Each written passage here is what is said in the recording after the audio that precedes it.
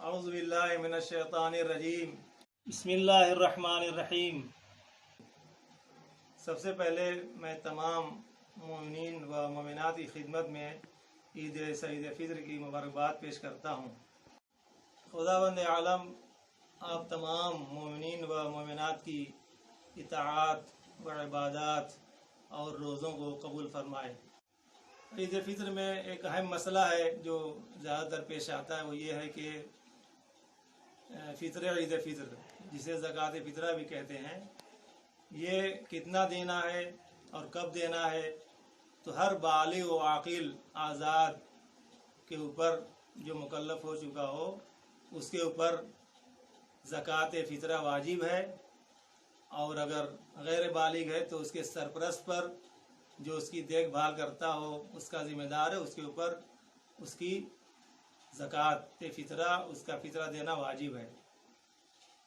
لہٰذا ایک آدمی کے لیے جو فطرہ دینا ہوتا ہے، اور جو میں مسائل بیان کر رہا ہوں اس میں کوئی اختلاف نہیں ہے، کوئی یہ مسائل اختلافی نہیں ہے، چاہے آیت اللہ العظمیٰ سید علی سیستانی حفظ اللہ کے مسائل ہوں، یا شیخ وحید خراسانی حفظ اللہ کے مسائل ہوں، یا مکارم شیرازی کے مسائل ہوں، یا اور دیگر، یہ میں عمومی مسائل بیان کر رہا ہوں۔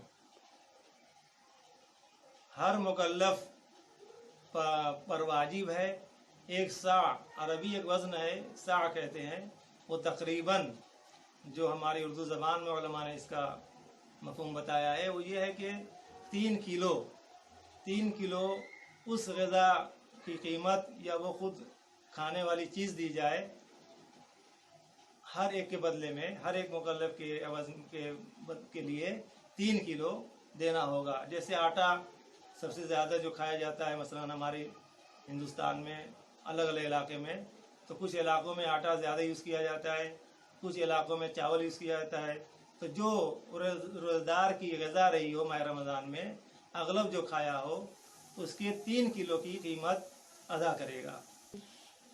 لہذا جیسے مشہور ہوتا ہے کہ اتنا فکس کر دیا گیا ہے، یہ ظاہراً مناسب نہیں ہوتا ہے، چونکہ ہر علاقے میں اس محل کے اعتبار سے، اس جگہ کے اعتبار سے اس کی قیمت دی جائے گی۔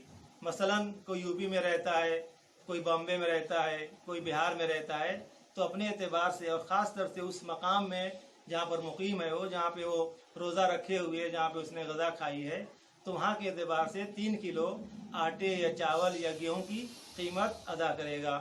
اور یہ فطرہ جو ہے یہ واجب ہے، مستحب نہیں ہے، یہ ہر ایک کے اوپر واجب ہے، چاہے وہ روزہ رکھتا ہو یا نہ رکھتا ہو، اس کے اوپر عید فطر کا فطرہ دینا واجب ہے۔ لہذا اگر استطاعت ہے، 1 سال کی روزی روٹی رکھتا ہے وہ، تو اس کے اوپر واجب ہے کہ پورے اپنے اہل و عیال کی طرف سے فطرہ نکالے گا فرداً۔ لیکن اگر ایک آدمی غریب ہے، فقیر ہے، نادار ہے، تو کم سے کم اپنا وہ نکالے گا اور باقی لوگوں کے ہاتھوں میں اسی فطرے کی رقم کو پھرا دے گا، اگر اس کے اندر استطاعت نہیں ہے تب۔ یہ فطرے کی رقم آپ شیعہ اس ناشری کو دے سکتے ہیں جو فقیر ہو اور عام طریقے سے گناہ نہ کرتا ہو، گناہوں سے پرہیز کرتا ہو، اور اس کو دے سکتے ہیں۔ اور بہتر یہ ہے کہ ایک فطرے کی رقم، ایک پوری رقم پوری دی جائے فقیر کو، اور سید اپنا فطرہ غیر سید دونوں کو دے سکتا ہے، لیکن سید جو ہے غیر سید کا فطرہ نہیں لے سکتا۔ اس لاک ڈاؤن کے زمانے میں لہذا جماعت ہو نہیں رہی ہے، نمازیں مسجدوں میں ادا نہیں کی جا رہی ہیں، لہذا مناسب تھا کہ یہ بھی عرض کرتا چلوں کہ نماز عید فطر فرادہ اکیلے پڑھ سکتے ہیں، اپنے گھروں میں پڑھ سکتے ہیں، بال بچوں کے ساتھ بھی پڑھ سکتے ہیں، اور یہ نماز مستحب ہے۔ امام زمانہ عجل اللہ فرج الشریف کی غیبت کے زمانے میں یہ نماز مستحب ہے، اور امام زمانہ انشاءاللہ جب ظہور کریں گے تو واجب ہو جائے گی۔ لہٰذا بہتر یہ ہے کہ یہ نماز چاشت کے وقت آفتاب تھوڑا بلند ہو جائے، مثلا 7:30 بجے، 8 بجے، 7 بجے، اس طریقے کے وقت میں پڑھنا زیادہ مناسب ہے۔ یہ نماز آپ فرادہ پڑھیں گے، اس طریقے سے پڑھیں گے، 2 رکعت ہے، اس میں اذان و اقامت نہیں ہے، مگر کسی نے کہہ دیا تو کوئی حرج بھی نہیں ہے۔ آپ نیت کریں گے کہ نماز عید سعید فطر میں پڑھتا ہوں اول شوال کو 2 رکعت قربتاً اللہ۔